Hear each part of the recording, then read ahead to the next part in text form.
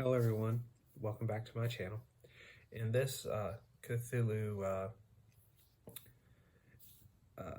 video, we're going to go over part 2 of sanity, and we're going to cover a little bit of the insanity, mostly the temporary insanity rules and such, and this will be the part 2.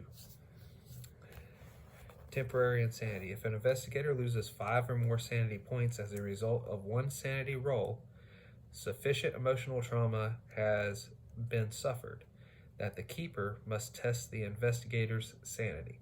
The keeper asks for an intelligence int roll. If the roll is failed, the investigator has repressed the memory, a trick the mind uses to protect itself, and does not become insane. Perversely, if the intelligence roll succeeds, the investigator recognizes the full significance of what has been seen or experienced and goes temporarily insane. The effects of temporary insanity begins immediately and lasts for 1d10 hours. Indefinite insanity. On losing a fifth or more of your current sanity points in one game day, the investigator becomes indefinitely insane.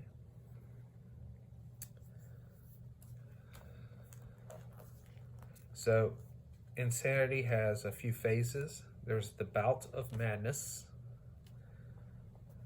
So, on becoming insane, the investigator experiences a bout of madness. While experiencing a bout of madness, the investigator loses all self-control. In game terms, that means the control of the investigator is handed from the player to the keeper for a short amount of real-world time.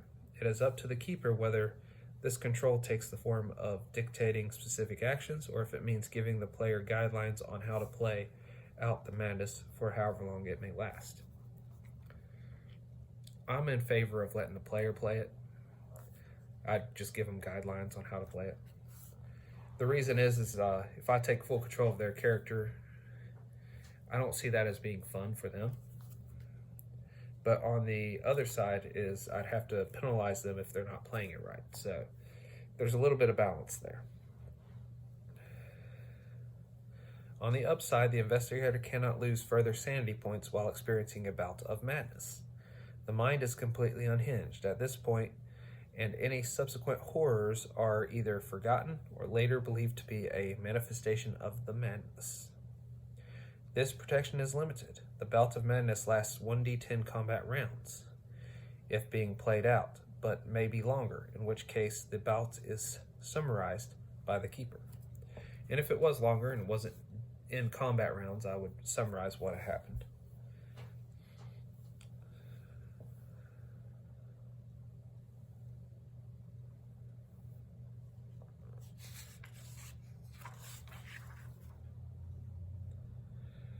Examples of some bouts of madness: amnesia, psychosomatic disability, violence, paranoia, significant person, your memory of the significant person changes, faint, flee in panic, physical hysterics or emotional outbursts, phobia, mania.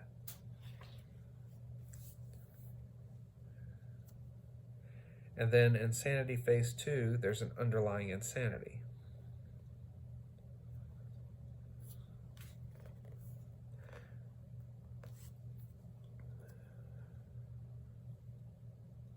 So let's go back to the bout of madness. The bout of madness summary. A bout of madness summary.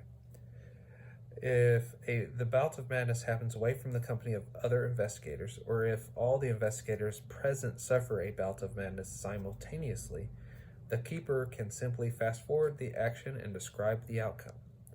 The keeper may describe the crazy things that the investigators have done, or simply say where the investigators find themselves when the bout of madness comes to an end.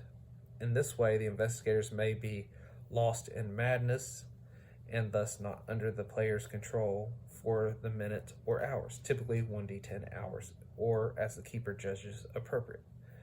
Note that these minutes or hours are not played out. They are simply summarized by the keeper. The The keeper may just describe the unfamiliar place in which the investigator returns to their senses, with no memory of where they have been or what they have done. Most of the outcomes require the investigators to leave the place where the onset of insanity occurs. If this is not possible, the keeper should adapt the outcome accordingly. If there is a chance that another investigator might hear or see the insane investigator leaving, they should be given a chance to intervene. If the insane investigator is confronted by another investigator before their bout of madness is over, the keeper should hand control of the investigator back to the player at that moment and allow the player to roleplay the scene. This may mean that the intended outcome is cut short.